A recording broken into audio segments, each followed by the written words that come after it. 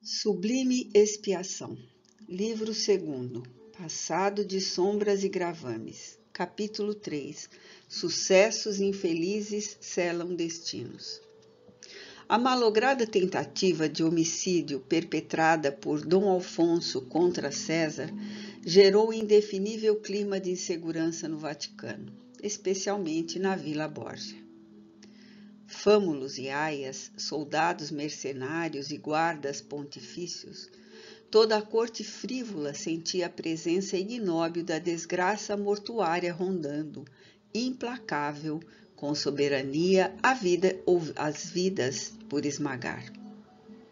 Todos sabiam que aqueles eram dias de amargura e destruição. O Papa, informado dos acontecimentos e perfeitamente conscio do caráter do filho e da personalidade mórbida do genro, aguardava que o despecho azíago acontecesse.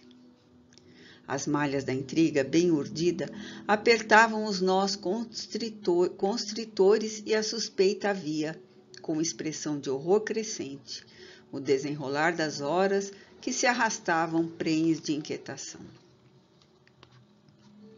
Sem poder explicar o que lhe ocorria, Lucrécia padecia estranhos paroxismos.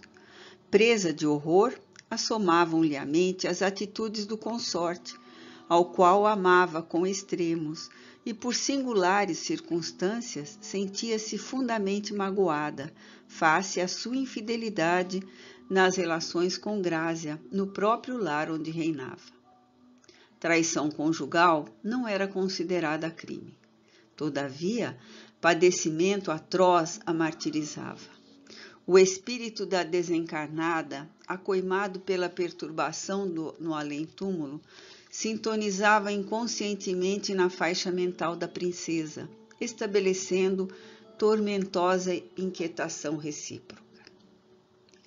Em todas as circunstâncias da vida em que as antagônicas expressões da desordem íntima assulam tormentos, conúbios psíquicos com desencarnados, conscientes ou embotados pelo transe da morte, promovem, geralmente, longos processos obsessivos, causando infelizes estados de perturbação, capazes de conduzir à delinquência ou à loucura. Sempre a esfera dos chamados mortos influenciou poderosamente a atividade mental dos chamados vivos. Interpenetrando-se os dois continentes da vida, o físico e o espiritual, é muito difícil estabelecer marco divisório capaz de definir com precisão onde um começa e outro termina. Por isso, morte é vida e vida no corpo não deixa de ser morte. A filha de Alexandre VI, fruto espúrio dos sombrios dias da Renascença, que acendia as primeiras débeis claridades para o porvir da razão, não tinha como escolher melhor ou compreender ou discernir. Conhecia César demasiadamente e, embora jovem como era, sabia como funcionavam os conciliábulos que resultavam na seleção de amigos e na eliminação de adversários no clã Borgia. Demoravam-lhe vivas as lembranças dos ardis de que o irmão se utilizara para libertá-la do primeiro marido, Giovanni Sforza, governante de Pesaro, que fora inútil somente enquanto perduraram os interesses familiares na política dos estados pontifícios, ora em consolidação.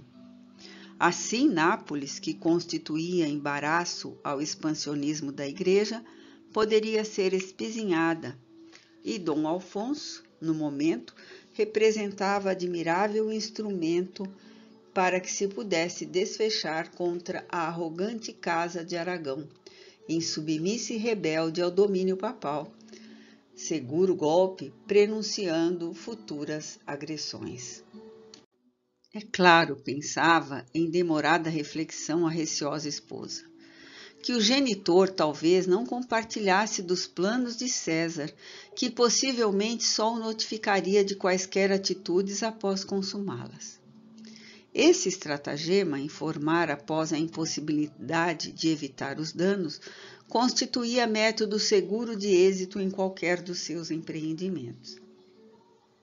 Assim, quanto fazia era urdido em técnicas tão sutis que sempre envolviam os interesses estatais na trama pessoal, dificultando se pudesse identificar onde estavam em jogo os valores da Igreja e do Estado, e onde se encontravam as questões geradas pela sua insânia pessoal. Era natural, concluía mentalmente, que assim fosse, porquanto os atos venais impõem armadilhas novas e novos compromissos são impostos a fim de forjarem aparências que, pela sua fragilidade, necessitam ser renovadas incessantemente. Dom Alfonso tornara-se fator de impedimento para César, sob vários pontos de vista, se examinadas as animosidades existentes e as distâncias abertas na linhagem dos interesses em pauta. O jovem guerreiro amava a irmã, e ela o queria com o ardor do temperamento espanhol da família. Realmente, amar para César significava possuir um arrebatamento e paixão, dominar, reter com vigor. Desde cedo, o irmão cultivara os sonhos opulentos da dominação e do poder, como se fora predestinado à glória, à fama, à governança. Para consegui-los, todos os meios pareciam-lhe lícitos, perfeitamente justos. Numa jornada, os que receiam afastar impedimentos não avançam. César, que tinha por meta a culminância da conquista, não receava afastar quanto lhe constituísse impedimento. Desse modo, desenvolveu-se estimulado pela volúpia desregrada em torno da supervalorização de si mesmo e dos seus, como na superestima que se lhe atribuía. Sua ordem de valores afetivos começava nele próprio e logo nas pessoas do pai e dela. Depois, os outros, pelo valor que significavam enquanto valiam. A irmã constituía-lhe razão de felicidade. Sua presença louçã exacerbava-lhe os sentimentos e não poucas vezes, enquanto dialogavam, externando as paixões de que se sentiam possuídos, e o faziam em espanhol, procedimento com que alegravam o genitor que os habituara à língua-mãe. Era impulsionado a exibicionismo e arrebatamentos grotescos, que uma ou outra vez culminaram em disputas com soldados hérculeos, incluindo touradas violentas nos pátios ajardinados da vila, em presença do Papa e de selecionada assistência, na qual ela era destaque especial. Exultava em tais ensejos, recordava. Agradava-lhe as emoções violentas. A monotonia constituía-lhe terrível punição. Aliás, esses eram espetáculos comuns que conduziam à violência, especialmente quando a ociosidade comandava as mentes, fazendo repousar as mãos. Mais de uma vez fora obrigada a refrear os arroubos do irmão, receando mais graves sucessos, quando, em libações alcoólicas ou embriagados de excitações, a intimidade ameaçava levá-los a compromissos que poderiam ser nefastos. Amando Dom Alfonso, diminuía-se-lhe a chama em relação a César, e ele o compreendia. Ela agora estuava de beleza e juventude. No entanto, era paciente e piedosa quanto se poderia sê-lo, então, entre cortesãos dissolutos e vulgares. As guerras constantes que se via obrigada a manter impediam o irmão de permanecer mais tempo em Roma, o que impossibilitava a convivência maior. Ele era, antes de tudo, um guerreiro. O nascimento de Rodrigo, o filho que acalentava em transportes de felicidade, desagradara o tio. Reflexionando, emocionada, concluiu que o marido não escaparia à sanha do irmão. Amava a ambos, embora com amores diversos. Em tal conjuntura, resolveu dialogar com César, porquanto em toda a Itália não havia um só lugar, um refúgio seguro ou secreto, onde não chegassem os sicários do senhor da fortaleza de Santo Ângelo. Juliano, quando se informara seguramente de que o desafeto sobrevivera à armadilha, alcançando o palácio de Santa Maria em Pórtico, por pouco não enlouqueceu, vitimado pelo desespero. Parecia-lhe impossível que o frágil Aragão pudesse sobreviver a tantos golpes. Desarvorado, apresentou-se ao amo, solicitando-lhe nova oportunidade, na qual não havia como falhar. Urdidura hábil, infalível plano que apresentou a César, mas este opôs-se à sua execução. Necessito do meu artista, elucidou César, e não me arriscarei a perdê-lo em empresa na qual mercenários vulgares podem facilmente triunfar sem perigo ou prejuízo expressivo para mim. Todavia, senhor, redarguiu o moço impulsivo, o problema é pessoal, diz-me respeito. Sei o que faço, interrompeu o César, que raramente discutia seus desejos ou notificava alguém. Quem atingir Alfonso não poderá sobreviver. Ante a precipitação dos acontecimentos inditosos na noite imediata à agressão de que César fora vítima, alguns bandidos adentraram-se pelos aposentos dos jovens nubentes, e diante da irmã e da esposa, que se quedaram estarrecidas, Dom Alfonso de Aragão foi cobardemente asfixiado sob um travesseiro de plumas, rigorosamente aplicado ao seu rosto, sem a mais remota possibilidade de defesa ou de sobrevivência. Os estertores do moribundo e a sua agonia indefinível estupidificaram as mulheres que, impossibilitadas de qualquer atitude ou reação, face à surpresa superlativa, tombaram sem sentidos. A noite romana, velando estrelada, testemunhava mais uma vingança inominável. Todos sabiam quem era o verdadeiro assassino. Alexandre VI, porém, informado pela versão que dera ao filho, apresentou condolências à família do genro, lamentando a tragédia e mandou sepultá-lo após exéquias privadas. Posteriormente, consolou-a a filha, enviando-a a Nepe.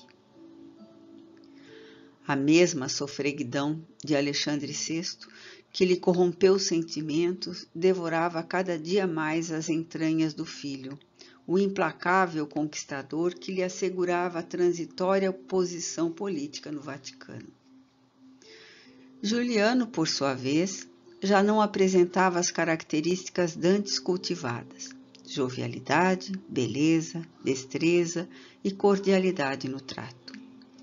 A perda de Grácia enrijecera-lhe as fibras da compaixão e, respirando o ambiente da criminalidade organizada, na qual a impiedade exercia predominância e o suborno se configurava de lei em nome da justiça, deixou empedernir-se-lhe os sentimentos e, corrompido pelas sensações, vilipendiou o espírito, matando qualquer ideal superior.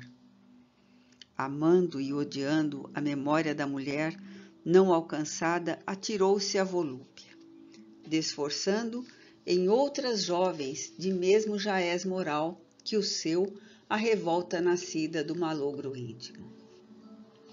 Nesse Comenos, não obstante filiado ao culto externo da religião dominadora a que se vinculava, a bastarda em suas profundas finalidades pela prepotência dos usurpadores que a transformaram numa força temporal, prejudicando as suas potencialidades espirituais, experimentava o vazio da falta de fé e o amargor da ausência de objetivos na vida, anamatizada pelas brutalidades a que se lhe entregara. Para assenhorar-se da Romagna, que sempre fora sua preocupação, César desejou de poder incontido desde há 2 anos, conseguira do pai, ante o colégio dos cardeais, que fosse aceita sua renúncia ao cardinalato, o que lhe permitiu tornar-se, graças ao matrimônio com Carlota, Duque de Valentinois, passando a ser denominado na Itália, desde então, por Valentino. Juliano, que lhe conquistou a confiança, foi designado seu gerente de negócios, indo residir em Faenza, onde César era relativamente amado. A ampulheta do destino acionava a roda dos necessários sofrimentos, envolvendo as personagens da batalha humana empenhadas no difícil e árduo ascenso da evolução.